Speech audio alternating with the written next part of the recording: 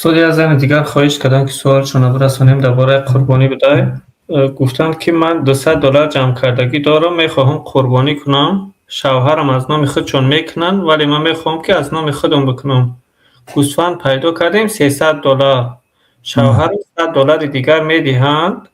همین قربانی از نام من میشد یا از نام شوهرش؟ همین خیلی ممکن است گفتم.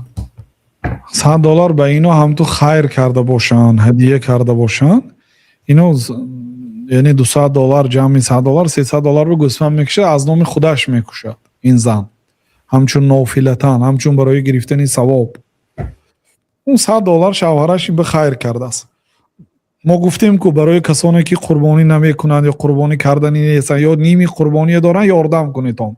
قربانی از نام اونها میشد و شما هم تو خیر کنیتون، تا اینکه آنها هم به همین مثال من بعضی آدم‌های ما یک بار قربانی کردن نشان دادیم، الحمدلله تا امروز قربانی میکنن. یک بار سبب میشید، یک بار یک خواهرتون به گوسفند خریدید، یک بار قربانی کنه، تا میگید تا آخر عمرش وی هم میکند، آینده فرزنداش میکند، همش بس شما ثوابش میبیاد.